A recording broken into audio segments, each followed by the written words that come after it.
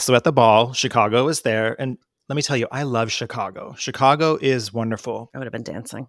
I don't know Chicago. Oh, you do. Peter Cetera. Can you sing it for me? You're No. the meaning in my life. You're the inspiration. You bring feeling to my life. You're the inspiration. And I know. And I know.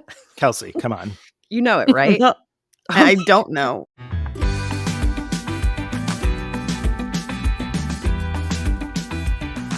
Hello. Hi. Hello, and Sabo Decap listeners. That's hello in Thai. And that's because today we're unpacking the land of smiles, Thailand. That's one of the things that we love doing on Travel Unpacked is unpacking individual destinations with guests that include our product designers who are behind the scenes, talking with travelers who've been on these tours, and really understanding what makes each tour special, what really goes behind the scenes. That's what this is all about, being able to share with our listeners who are travel lovers and really understand the destinations at a much deeper level. And in this episode, we've got the spicy, the serene, and the splendid as we chat with Kaitlin from Collette about her unforgettable journey through Thailand. But before we do that, I am so excited to be on today, back with everybody, back again after having been off for 2 episodes where the ladies kind of forgot about me. So I just want to say I'm so excited. Welcome, ladies. Welcome back to our podcast. I'm so excited that you're here. I was just going to say, you guys, this is the first time we've all been back together in months. I've missed all of you. Nicole, how was Disney? So it was good. We walked like 40,000 steps a day. And I got strep throat at the end. I think we might have walked ourselves sick, just trying to get to everything all at once. We did 2 days at Disney, 2 days at Universal. My kids, it was their first time doing the parks. It was a lot of fun. So while you were at Disney enjoying what I would have loved to enjoy, I was out in New Orleans enjoying Mardi Gras. Mardi Gras. Josh actually came back and he had Mardi Gras beads for everyone. There was Mardi Gras at Disney. There was like Mardi Gras like floats because I think we were there at the same. Yeah, you were in New Orleans when I was in Disney, so they had a whole Mardi Gras set up. So it's like I was with you. It was just exactly like that. I love Mardi Gras. I go every other year down to New Orleans to celebrate Mardi Gras. We go to the balls. We do all the different parades. Each parade has a different, throw. So like muses, they decorate their shoes. It's an all women's crew, and they decorate these like stiletto shoes. And then if you're lucky enough to get one, it's just an amazing feeling. It's just so much fun. So every day we're out there parading and just enjoying ourselves. I was excited because Josh told me that he got to see the band Chicago at Mardi Gras this year. They were like the band at some event. Yeah, so at the ball, Chicago is there. And let me tell you, I love Chicago. Chicago is wonderful, but Chicago is maybe not the best to have playing at 12:30 in the morning when everybody's trying to get on the dance floor, because there was like a 10-minute solo saxophone number, and it's really... I would have been dancing. I don't know Chicago. Oh, you do. Peter Cetera. Can you sing it for me? It's hard to say I'm sorry. Wait, you're the meaning in my life. You're the inspiration. You bring feeling to my life. You're the inspiration. And I know. Kelsey, come on. You know it, right? I don't know. Add it to her list. See a moose, learn Chicago. Not the musical Chicago. Peter Cetera and the band Chicago from the 70s and the 80s. So a moose, huh? So Nicole, that photo that you showed me of the moose photobombing you in New Hampshire? On the ski slopes, yeah. I heard a funny little story about that moose. I was so excited for you that a moose photobombed your Were you photo. Excited? I feel like you were like a little envious. I was pumped. I was sad for me, but I was really excited for you. It was such a cool story. I came home and I told my husband all about it. I think I went and complained to my mother about it. And then a little bird told me that moose was photoshopped. What kind of monster are you people? Yeah, if you look closely, the moose had a level of sunshine hitting it that was not on the slopes that day, but that was unique. It's like the sun was shining for the moose. I'm so disappointed in all of you. Don't be disappointed in me. I wasn't even there. All right, guys, since I know that the two of you are very competitive with each other, I have a quiz for you today all about Thailand. So before we bring on Kaitlin, who is our coworker and just came back from one of the coolest trips, definitely on my to-do list, I want to quiz you guys and see what your knowledge of Thailand is. So are you guys game? Are you guys game for competing with each other? Always. Always game. Bring it on. All right. So I'll toss out a statement and then you have to decide, is it Thai truth or a Thai tall tale? And for all you listeners who love quizzes, please share your answers with us on social media. You can keep an eye out also for some amazing fun facts and quizzes all about Thailand. So you can do this on our Facebook page, visit us at Go Collette, or our Instagram handle at Go Collette, and join in the fun. Ready, guys? So ready. Ready. Okay. Number 1. Siamese cats are revered in Thailand and once upon a time could only be owned by royalty. Thai truth or Thai tall tale? Thai truth. This is just really specific. Like if it just had cats, I would say Thai fail. False. I'm going to say false because it's just too specific for me. That one goes to Josh. Thai truth. In Thailand, known historically as Siam, these elegant felines were so esteemed that they were often found in royal palaces where it was believed they would receive the souls of royalty as they passed on. The breed also features Thai legends and artworks embodying grace and divinity. All right, next question. Bangkok's full name is the longest city name in the world. Thai truth or Thai tall tale? What's the name? Well, what's its full name? I can't tell you. No, I feel like I saw something about this with a different country. I'm going to do Thai tall tale. As in false? Yes, Thai tail. I agree with Josh. I'm with him here. Thai tall tail. Oh man, I'm sorry guys. It's Thai truth. Oh, Bangkok. I'm not doing well today. I know. It's a shortened version Can we of do the that one capital over cities. again? I picked truth. See, that's cheating. So it has 168 letters. Bangkok's full name is actually, so I can't say it because it's very long. But if you head to social media, we'll post the name there that is revealed in our quiz. It's literally 168 letters. So I think you should try. could not say it, Yeah, I let think alone you try should to try pronounce it. Okay. Krung tep mahakan aman ratakosan mahinara ayuthata mahadiok fabna prat narachani burit. I'm not even done yet, guys. There's like 5. I think I'm halfway done. Okay, we'll post it on social for anyone who's curious about Bangkok's full That was name. such a great attempt. Thank That you. was. Thank you. We'll see if Kaitlin can do it. I'd be very impressed. Okay, number 3. The world's largest religious monument is in Thailand, the Phra Pathom Chedi. Thai truth or Thai tall tale? The world's largest religious monument. False. Thai tail tell. I think it's the Jade Buddha. I'll go with Thai truth on this one. All right, so this one goes to Kelsey. This is a Thai tall tale. The world's largest stupa is Phra Pathom Chedi in Thailand, but the world's largest religious monument is actually in Angkor Wat in Cambodia, which I believe we see on our Kingdoms of Southeast Asia tour. So I think you guys are tied. Yeah, I think we Yeah. are. It's a tight competition. All right, next question. Number 4. The traditional Thai greeting, the Y, is performed by placing the palms together and bowing. The higher the hands, the more respect shown. Thai truth or Thai tall tale? I think I Ooh. need to see you do it in order for me to decide if it's truth or lie. I feel like this is. I'm nervous now. Truth, I'm for gonna sure, say, truth. I'm going to say truth. I feel like the higher the hands, the higher the respect. You are right. Thai truth. The position of the hands, the height in which they're raised, it conveys different levels of respect. All right. Still tied, guys. Maybe answer differently so we can break the tie. All right. Besides being the land of smiles, Thailand is also known as the land of the free. Thai truth or Thai tall tale? I know Land of Smiles is definitely a thing. I don't think it's the land of the free. I'm going to vote false. I'm going to say it's a Thai tall tale. Tell. Told you guys to that's do America. separate answers because this was a Thai truth and one of you could have had it. So while all the neighbors in Southeast Asia were being colonized by European powers, Thailand is the only country in Southeast Asia to maintain its independence. Even the country's name means land of the free. So Thailand, land of the free. Oh. I think America just threw me off, you know? Or New Sure. Hampshire, live free and die. And the land of the free. I like the singing in this episode. Now we're all back together and we're full of song. What does that say? I don't know, Kelsey, how you did it without us. All right, I'm ready for the next one.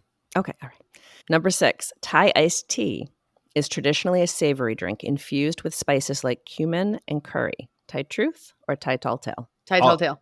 I'll go with Thai truth. I don't Nope. think it's curry. Kelsey takes the lead. Thai iced tea is sweet and it's often spiced with star anise and other sweet spices. I'd like to try it. I love iced coffee. So I feel like sometimes when I travel, everything's hot tea, hot coffee, and anything iced, I'm game for trying. I know, Josh, you're probably very upset about losing right now, and there's only one question left, but would you try it? I'll definitely try anything. Doesn't mean I'll love it, but I would try it. How about you, Kelsey? 100%. I'm a very adventurous eater, I guess drinker when I travel. I'm not an adventurous eater or drinker, but I do like to try things, so I will definitely try it. Okay, final question. Let's see if you guys tie or if Kelsey takes the win. Thailand is home to approximately 20,000 Buddhist shrines and temples. Thai truth or Thai tall tale? That feels right to me. Thai truth. I'll just go opposite because it's the only way that I could tie. So Thai tall tale. Okay. Well, this one goes to both of you. Josh, you played it well. It is a Thai tall tale. They actually have way more. It's closer to 35,000 to 40,000 shrines and temples. So Buddhism is Thais practiced are by the worst. Buddhism is practiced by more than 95% of Thailand's population. So makes sense. I don't mean that like Thais are the worst. I mean like me tying with Josh is the worst. Can we just do like one random trivia question, like Collette something, Disney? I'll even do Disney something. I'll go up against Josh on Disney something. Just no sports. Okay, here's a question for both of you. What month and year did we launch our very first episode of Travel Unpacked? You were both there. May 24. 23. 24 is now. No. Future. May of 23. We'll go with April of 23. All right. Tiebreaker goes to Josh. It's just so hard always winning. It's hard wearing this crown. She gave you a really good run for your money, though. Did she? Well, I'm so excited today. I have never been to Thailand. Have either of you ladies been to Thailand or Asia in general? I have never been to Asia, but I always say that when I get to Asia, Thailand will be my first visit. Yeah, Asia is one continent I have never been to. It's high on my list, but Thailand too, we've been giving it a lot of love because we have this brand new tour and it just sounds so amazing. One thing that comes up a lot when people speak of Thailand is the street food, like the street vendors. And I'm a really adventurous eater when it comes to like trying new things in different countries. And I think I would just love doing that, like going from little cart to cart and eating different little snackies. Oh, absolutely. The tuk-tuks in the streets of Bangkok, the night experience, it sounds phenomenal. Like it just sounds like the coolest experience. You know, sometimes you go to these countries and you go to these beautiful restaurants and you sit down and have like a more formal dinner. This is this on the go experience that you're just kind of zipping around and then trying these foods, and it hits all the buckets. It's the sweet, the savory, the salty. There's four. Spicy? Yeah. Yes. Thank you. Spicy. Yeah. And I just think it would be so cool to just go sample the food like that for your dinner. Let's do it. I love it. It is definitely one location I want to go. We were going to go to, I think I'd mentioned this before, we were going to go to Vietnam for our anniversary, and then COVID happened, so we didn't get a chance to go. So I still want to get to Asia because it is a continent that I need to get to, but Thailand is high on the list, and I'm so excited to talk to Kaitlin today about all of her experiences. So today we have Kaitlin on with us. She is a Collette employee. Kaitlin, welcome. Thank you so much for joining us. Hi, guys. Thank you for having me. And you Kaitlin. just said what your title was, but I missed it. It was very long. It is a bit long. I am the Senior Partnerships Marketing Manager that manages our relationship with Marriott Vacations worldwide. Well, since that's a long title, do you happen to know what the longest city is in Thailand? I don't actually. No, in the world. In the world? In the world. I don't. Okay. Bangkok's full name is the longest city name in the world. We were quizzing before, and that is true. Bangkok's name has 168 letters. Did they tell you that when you were in Thailand, Kaitlin? Now that you say that, yes, they did tell us that on our tour. And did it take about 10 to 15 seconds for them to say it? Yes, and I don't think I can repeat it.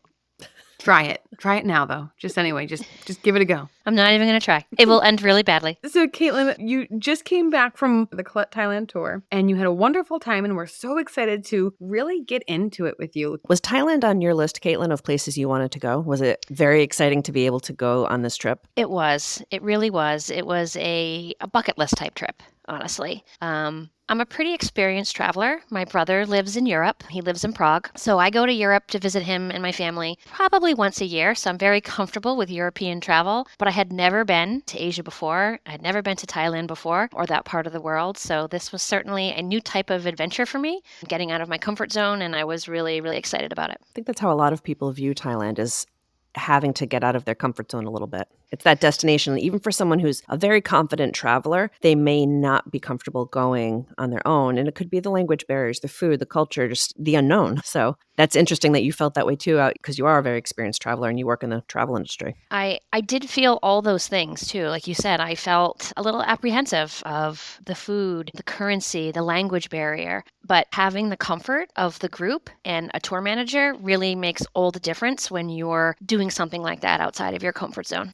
I think getting around is what intimidates me. Getting from point A to point B in such a far off place is really what makes me think guided makes you more comfortable in that out of your comfort kind of experience. Yep. And being part of the tour and them helping you get from point A to point B, that stress is almost removed for you. And then when you do have some free time, you build up some confidence along the way, as you're there and you see how things are navigated. So by the time you are ready to do some exploring on your own, you've built up to that comfort level of, okay, we've done this. I know how to go out on my own and explore a little bit. So before you went out on your own, as we mentioned, you have a tour manager with you on all of our tours with you from the beginning to the end. How important was it for you during this experience of being in Thailand? Honestly, the tour manager was everything, and he was certainly a highlight of the tour. One of the guests on the tour explained him, and our tour manager's name is Mr. O, and he said one day that Mr. O was the thread that wove our entire tour through Thailand together. And I thought that was the absolute perfect analogy for what he was. He wasn't only our guide from place to place, but he was our educator and our storyteller. And for every place that we went, he gave us such a good base of knowledge as to what we were going to be seeing, why we were going to be seeing it,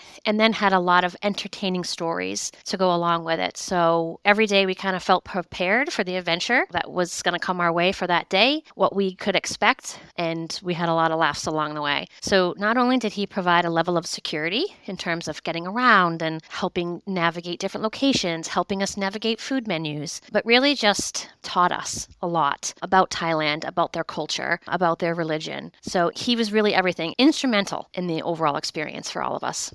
And I think I heard somewhere that he helped you out with maybe a disaster involving an ATM card. There was a slight disaster involving an ATM card, and I'm going to blame jet lag. That's my excuse, that I was very jet lagged. And we were at a hotel, and I went to the ATM to take out some money and left my ATM card in there. I didn't know that at the time. And I went on about my way, and we boarded the bus and we were on our way to our next destination. And the hotel called Mr. O and said one of your guests left their ATM card in the machine, and he fixed everything. It was me.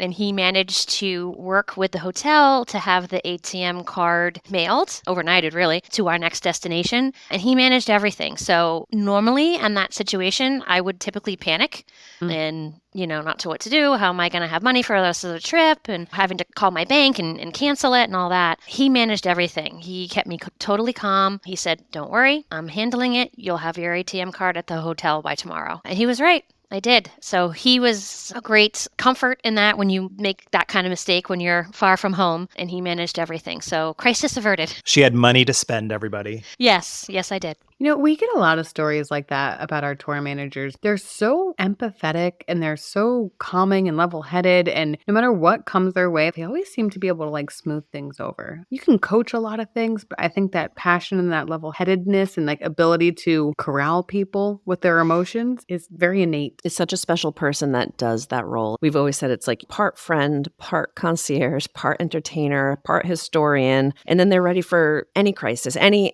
unknowns that come you can't always plan for everything that happens during the trip. So they're just ready Right. and so qualified to be able to handle pretty much every situation. It's such a special person that does that job. I couldn't agree more. And part of me was embarrassed that I was the person that left the ATM card in the machine, giving that I work for Collette, and I didn't want to be a burden to the tour manager and having this kind of an issue. He never made me feel that way. He was so compassionate and kind and level-headed about it and said, don't worry, no problem. I got it. You'll have it tomorrow. So it really, they're a special person. Yeah, it was just a regular Tuesday for him. Yeah.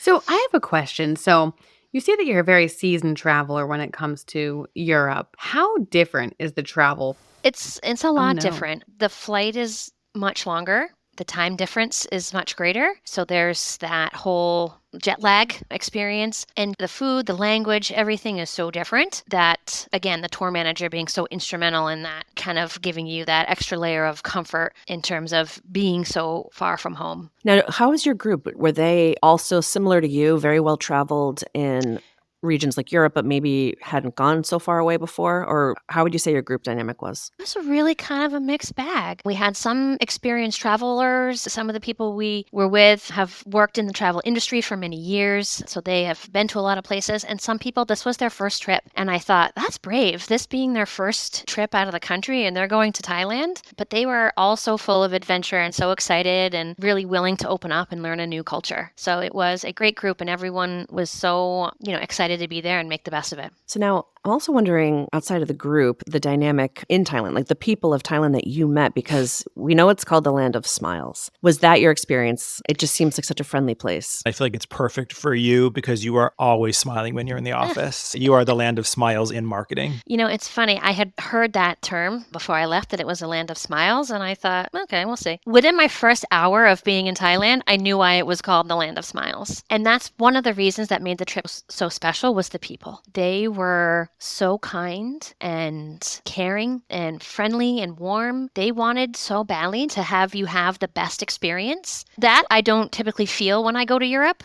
depending on what country I'm in. Some people are very happy to have you there. Other people seem like take it or leave it. But in Thailand, the feeling was overwhelmingly welcoming. And I think everybody in our tour felt that way. The kindness and friendliness shown, even though there was the language barrier. I think a smile says so much, and it just gives you a level of comfort that they're happy to have you there, and you knew that. So that kind of made everyone at ease almost immediately because everybody was so friendly. I was saying earlier to Josh and Kelsey, I've never been to Asia, and it seems like Thailand just stands out in general on the world map in this one way. I mean, just being known as the land of smiles, it seems like a place that wants to greet you, wants to make sure that you're comfortable, and that's so special.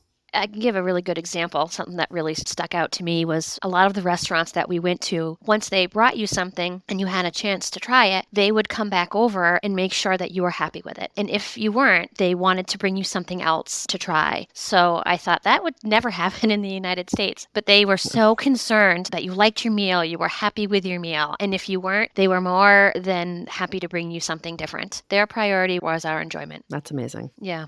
So you feel like food was really important to Thai culture? Food was very centric in their culture. Our tour manager, Mr. O, taught us very early on that the Thai people greet each other by, "Hi, how are you? Have you eaten yet?" Because it's very important to them that they eat throughout the day, which also kind of ties in the street food, and we can talk more about that. But yes, food, they're very proud of their food, and they want to share it with you and share it with each other. We were talking about that before you jumped on about the street food. That seems so amazing to me. It's something that I'm very interested in. Can you just tell us more? Like, what did you try? What was it like? Were you a little bit nervous trying it? I was a little bit nervous, but again, Mr. O was very helpful in terms of things that we should or maybe shouldn't try, depending on our comfort level with different things, our comfort level with spice. So he kind of helped us navigate.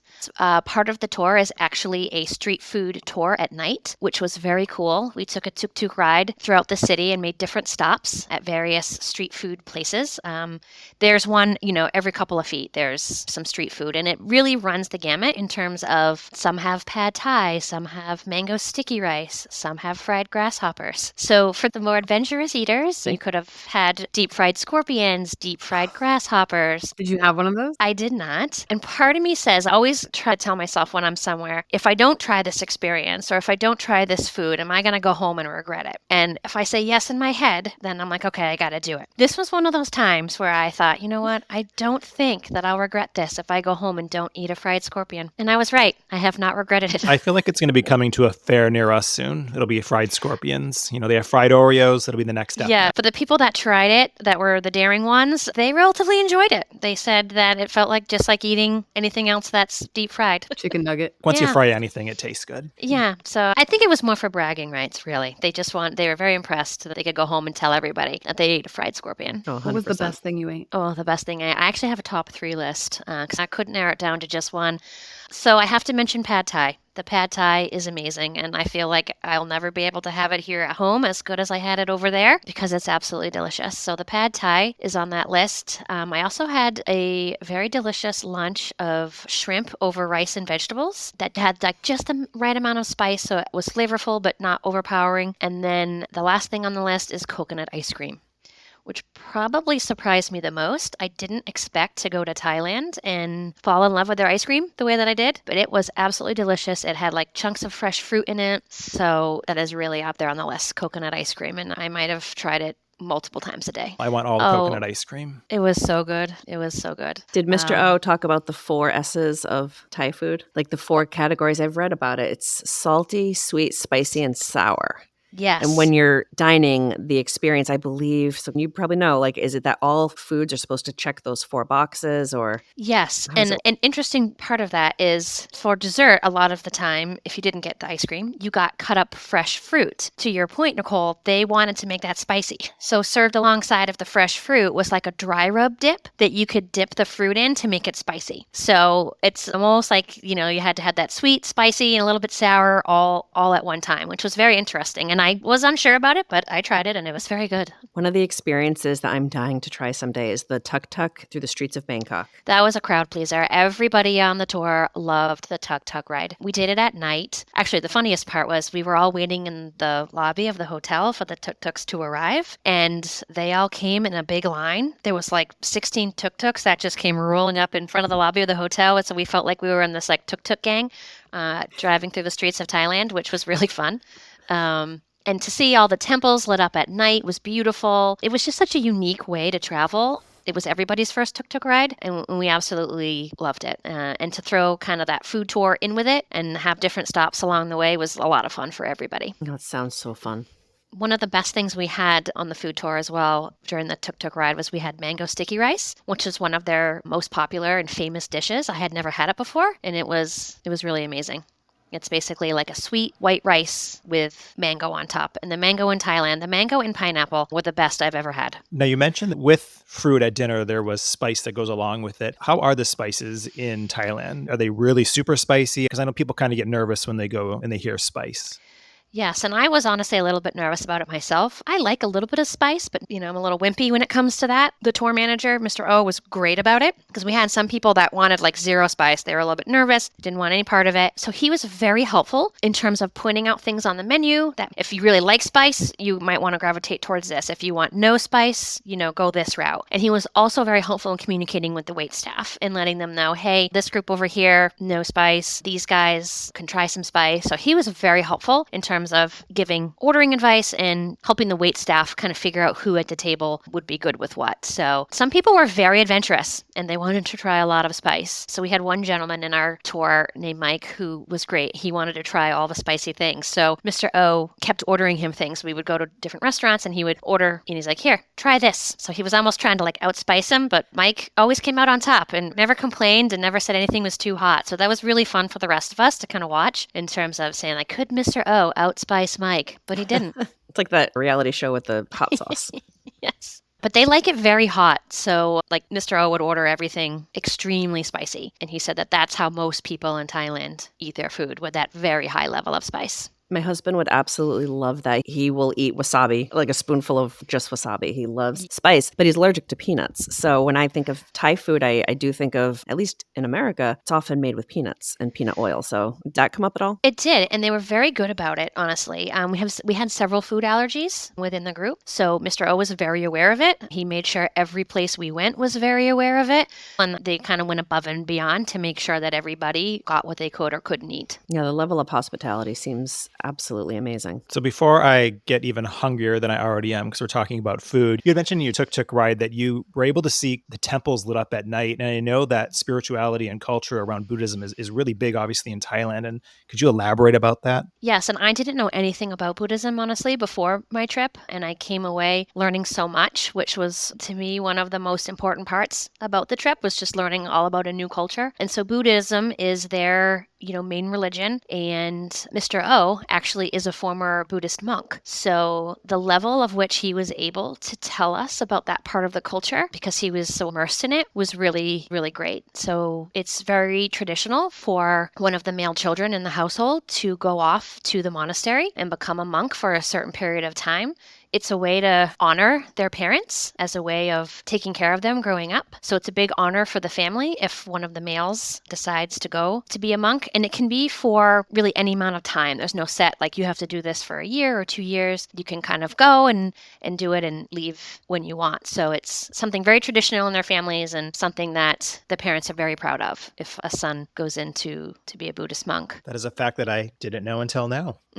Monks will also, we learned, help name children. So parents will often give the children like a simple nickname, and then they will bring their babies to the temple, and the monks will help name them. So whether that name is based on the season or time of year, day of the week, the month, and it's meant to bring the child a life of good luck. So I love that. Yeah, so we learned a lot of really fun facts from Mr. O and viewing the temples. So we got to tour them during the day and then go and see them lit up at night. But it was so interesting, and they were absolutely beautiful. And Mr. O set up kind of the night before, we're going to go see this temple, and he would give us the story around it. He would also advise us how to dress, especially women. You had to dress modestly, so shoulders covered, your knees had to be covered, and you can't wear shoes inside of a Buddhist temple. So we were prepared if, you were comfortable walking around barefoot, you could do that, or, he advised having a pair of socks in your bag that you could throw on. So all those tips were very helpful because that's something I wouldn't have known doing this on my own, that you can't wear shoes in there. So he was so helpful in that from day to day. It's one of the reasons I think it's so important too that the tour managers themselves are often locals from these destinations. So aside from being experts in the area, they have a lot of insider knowledge. Yes. We went to see the White Palace in Shanghai, and it was absolutely beautiful. And he on the ride there, gave us the whole story of its origin and how it was built. And so he really got us all psyched up to see it. And when we were there and walking around, we had so much insight already. So when we were walking around, looking at things, and you could be like, oh, look, yeah, that's what Mr. O was talking about. So it was, again, like it's knowledge that you wouldn't have otherwise. Would you say that the White Temple was your favorite, or did you have a favorite? I think it was everybody's favorite.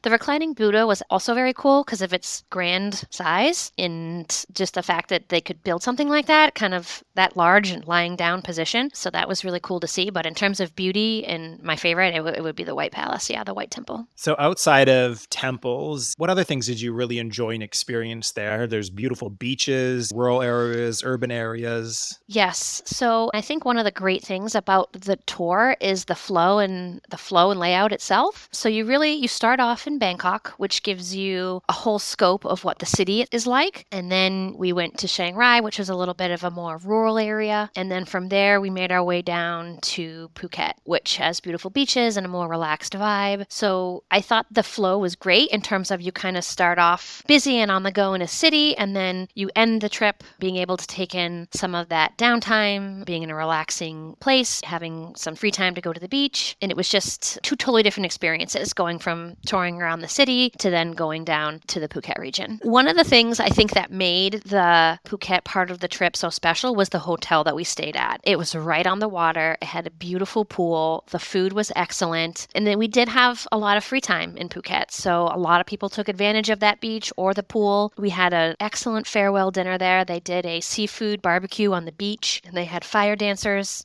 as entertainment. And it was really a great send-off. It was an awesome way to end the trip. Everybody loved it. The food was great. Again, the hospitality. The management at the hotel wanted us to have the best time, and they did everything possible to make sure that that happened. And I think being able to end a trip that way in terms of having a little bit of downtime and relaxation, and hang out on the beach before you head home on a long journey was a great tour flow. Awesome. Now, one thing I know you talked about a lot when you came back were the Thai foot massages. I think you Yes. had one like almost every day. Can you tell us about that? Really? Every day? Oh, yeah. For many reasons. One, Thai massage is a huge part of their culture. It's a combination of muscle massage and stretching, almost like yoga poses per se, but it's a huge part of their culture, and there are Thai massages everywhere. So it's very inexpensive, and most people on the tour took advantage of it on the free time, and it was glorious. You could do like a full body 2-hour massage. You could do a 30-minute foot massage. They had scalp massages. Sounds relaxing. It was very relaxing. They were very inexpensive, and it was a great way to spend your free time. I would be there all day. I'd eat my ice cream, eat my mango sticky rice, and then go get a 2-hour massage. That Yes. would be my life. Just on That repeat. just on repeat. Yes, that's how I spent many days. and it Kaitlin, was like great. every day, it sounds like. Every day. If we had a free hour, I was like, oh, I think I got 30. I can make it. I'm going to go get a quick foot massage. I'll see you guys at dinner. It worked out great because they're so close. You know, you could walk. We could walk every place we stayed. I think there was a Thai massage place within walking distance. So they're very easy to find, and you could stay there as short or long as you wanted. And the price was right. So when the tour manager was counting, if Kaitlin wasn't there, they'd be like, just find the foot massage down there. Find the Thai massage place. There she is. Easily Exactly. found. So, Kaitlin, the Thai foot massages were your favorite. I think for me, I think the elephant experience would be high up on the list for me. And I know we do it a little bit differently, right? So a lot of people think about elephants when they think of Thailand, but we're not doing the regular ride an elephant, wash an elephant. We're going to a sanctuary. Yes, and this really was the highlight of the trip for many people. It was an amazing experience, and elephants are everything in Thailand. It is their national animal. It is a sacred animal to them. It represents strength, loyalty, and longevity, and they value the elephant and what it means to their culture. And because of that, they've taken steps to protect the elephant. So many years ago, elephants were used in the logging industry. So a lot of Thailand is very mountainous, and there's a lot of elevation. So the elephants were used in the logging industry to drag down the trees once they were cut at the top of the mountain. So they would be cut, and then the elephant would bring them down to the base of the logging camp. And then after there were developments in the logging industry and the elephant was no longer needed, they then became part of their tourism industry in terms of them being used for rides and photo opportunities and things like that. And roughly 5 years ago, there was a big effort to protect them in terms of they realized this is our sacred animal and we need to make sure that they have a better life. So they opened a lot of elephant sanctuaries where the elephants who had experience in the logging industry or in the tourism industry were sent to these sanctuaries to live out their remaining days in peace and happiness. So being able to see them in that kind of environment was really special. And part of what we did while we were there was prepare them snacks. So we got to see kind of what's involved in an elephant snack, how you make it, and then we got to leave it out for them to eat and watch them eat it and watch them experience that joy. They spent a lot of time telling us about, a few of them, about their backstory, which was rather sad, kind of hearing where they came from and some of the things they had to endure. To then seeing them there flourishing in their sanctuary, having their snacks was really heartwarming and entertaining as well. There was one elephant there named Cherry who spent many years entertaining people in the tourism industry. So she had been taught how to dance and kind of go along to the rhythm of music. And she was rather old and her teeth weren't quite what they used to be. So her preference for snack was watermelon that the rind had been removed. And so her caretaker, because each elephant there has one or two caretakers that care for them specifically, and they develop quite a bond with these caretakers. So he was telling us a funny story as he was preparing her watermelon for her snack. And he said her teeth weren't what they once were and that she didn't like the rinds. And to prove that to us, he cut up all pieces of watermelon without the rind and put them in a bucket. And then he left one piece with the rind on, and he kind of hit it in the middle. And she's going through and she's eating all the watermelon in her bucket and she's grabbing it and she's putting it right in her mouth. And then she gets to the middle of the bucket with the piece with the rind. She feels it with her trunk and then throws it across the field. And we all started dying laughing. And he said, yep, she's too smart. She knows those pieces with the rinds, and she was having none of it. She threw it like 20 feet in the other direction. Surprised she didn't throw it at him. I know. She threw it 20 feet in the other direction. She was like, nope. She was having none of it. Unacceptable. It was really funny. So they know what they want. They're smart. They're very, very smart, and that was on full display. But yeah, it was a really special experience, especially for me. I love animals. So being able to up close and watch them and see what they are like in that environment where they're relaxed and happy was really great. I love that we're supporting, by visiting on our tour, the sanctuary that has such ethical practices, because you're right. And there's so many places that you could ride the elephant, and elephants are used for entertainment. And we, years and years ago, knowing that that's what tourists wanted to do on tour, we did do a variety of things like that. We discontinued it a long time ago. And we have audited every single one of our tours to make sure that the interactions with wildlife are completely respectful, they're ethical, they're best practices. And we've partnered with a nonprofit to do that work.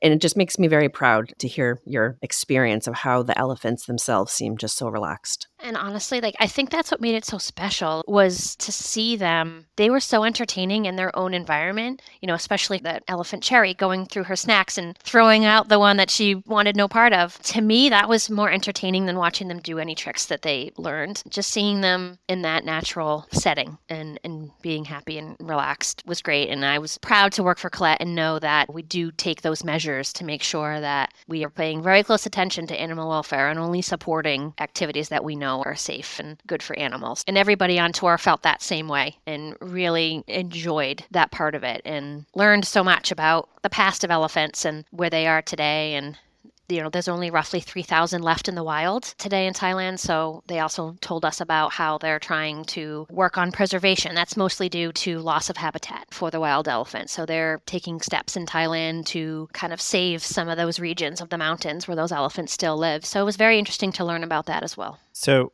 one question I have is, what are elephant pants? Josh, I think you need to book Wonders of Thailand just so you can go to Thailand and get elephant pants. Should we all wear elephant pants to work one day? Yes, absolutely. The answer is yes. Okay. So elephant pants are sold at almost every single market in Thailand. And they're very loose-fitting cotton lounge pants with a repeating elephant print. And they come in different sizes and different colors. And they're everywhere. And they're very inexpensive. Only a few baht. Baht is the Thai currency. And one person bought them on the tour. And everybody was and they had them on. And everyone was like, oh, those are the elephant pants? They look great. And the person was like, yeah, they're also very comfortable. So then the next day, more people were wearing elephant pants. And then the third day, there was even more elephant pants. So we decided that everybody in the group had to buy them. And we picked a certain day that we had Elephant Pant Day. And everybody on the tour wore their elephant pants. And we were quite the sight to be seen walking down the streets of Thailand in our different colors of elephant pants. There's the Tuk Tuk gang with their elephant pants. There's a group picture with all of us in our elephant pants. But they were a very big hit, and again, very inexpensive, so everybody was able to buy a couple of pairs. And I thought some of the men might be hesitant, but nope, everybody bought them and everybody wore them. We will have to share that picture of, at the very least, you in your elephant pants on our social channels after this episode airs. Yes, for sure. Are you wearing your elephant pants right now? No, and I probably should have. I should have thought ahead and had them on. Do they sell them on Amazon? Good question. I have a pair of elephant pants. I live in them. Do? I brought them home as gifts, actually, for my friends, and all my friends loved them. So they were a hit. Well, I can't wait to get back to the office and see my gift on my desk of an elephant pant and watermelon. And how was just saying goodbye to Mr. O and to your fellow travelers? How was the emotions on that last day of tour? That was one of the things that struck me the most. I knew that Mr. O was very popular amongst the group because every day somebody came up to me and said, I have to tell you how much we're enjoying Mr. O and how helpful he has been. And I've learned so much from him. And I was not surprised. I knew that everybody loved him. But on the last day, when we had to say goodbye, people had tears in their eyes. They were very upset to leave him and say goodbye because he had been so special to them through the week. And I think that quote that I gave at the beginning of that he was the thread that wove our tour to Thailand together was such a compliment to him because he was. With the knowledge that he shared and the stories that he told, the kindness, the compassion, it was contagious. He wanted to share his country with you, and it just came through every day on the tour. And I think that's what people enjoyed the most. So When it was time to say goodbye, they were very, very sad. It's such a great testament to also why people, I think, are sometimes surprised by group tours in general. You don't expect sometimes the level of camaraderie or the connection you feel to the tour manager or the locals that you meet. And when it's time to say goodbye, it's not just like, okay, back to life as normal back home. It's like goodbye to this really special experience that you can't replicate. It's this group on this tour in this destination with these particular people. It's just so special. And usually it's the end of the tour where it kind of hits hard that you're saying goodbye to this wonderful experience. Yeah, and that's exactly, I think, how everybody felt. We had all become friends throughout the journey, with each other and with Mr. O. So we had that really great farewell dinner experience where we had one really good last meal together. We may have had some drinks together afterwards as well. But it was a lot of fun, and I think everybody took away so much from it, including the friendships that they made. Do you feel like when we are done with this podcast today and you say goodbye to us, you'll have those same feelings when you Yes. shut down today? I will. This has been a very special moment. Well, Kaitlin, I want to thank you so much for joining us and sharing everything about your Thailand experience. It sounds phenomenal. I know I'm excited to go. I feel like we need to have a group trip where the four of us can go and Kaitlin can show us around too with Mr. O. Before we say goodbye, is there anything you want to share with our listeners about Thailand that we didn't get a chance to talk about, or anything you really want to drive home about this destination? I think for me, it would be traveling outside of your comfort zone. And this trip is a perfect way to do that in terms of just being in a totally different part of the world, immersed in a totally different culture, eating completely different food. And I think that taking a guided tour with Collette gives you a level of comfort and a safety net that you can enjoy that without stress in terms of worrying about a language barrier, or is the food going to be too spicy, or how will I know what the currency is? All of that worry is taken away. You're with a group, you're with a tour manager, and it's a great way to feel comfortable getting out of your comfort zone. For me, that was the biggest takeaway.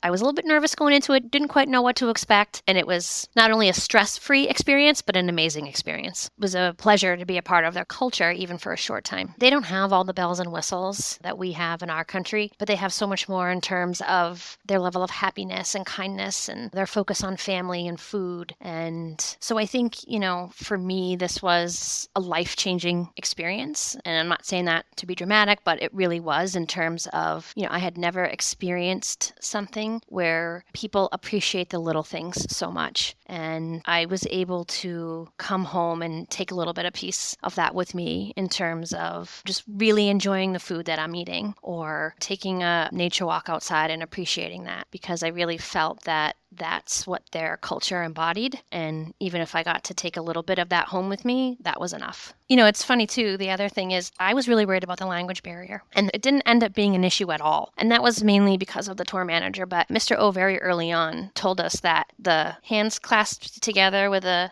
head bow could be used for anything. Hello, goodbye, please, thank you. And it was just such a universal symbol. And we did that the whole week, and they did it back to us, and you felt like you were communicating without words. So that was another special part of the trip as well. Immediately, with him teaching us that, everybody got over their fear of the language barrier. Seems very humbling, too. It was very humbling. It was very humbling. Oh, well, thank you, Kaitlin. It sounds amazing. And again, it's definitely now on my bucket list. So thanks for joining us. And I can't wait to see you in the office with my elephant pants. And watermelon. And watermelon. Don't forget the watermelon. Maybe I'll throw in some coconut ice cream just for you, Josh. Just for me. Thank you. The winner of the trivia gets the coconut ice cream. And a foot massage? Ooh. I think she draws the line there. Well, I enjoyed it. It was an amazing tour. It was an amazing experience. It really was a bucket list trip for me. So having the opportunity to come on and talk about it with you guys was really a great experience. So thank you. Thank you for inviting me. Thank you for coming. We could probably invite you back again. You're good to chat with. Oh, good. Ooh, that makes me happy. At the end of every episode, we like to remind our travelers what to pack. So make sure you're packing socks and 2 ATM cards. Thank you so much for listening to Travel Unpacked. Make sure that you like and subscribe wherever you listen to your podcast, and leave us a review so we can find new followers. If you want more information on our Wonders of Thailand tour, please check our notes.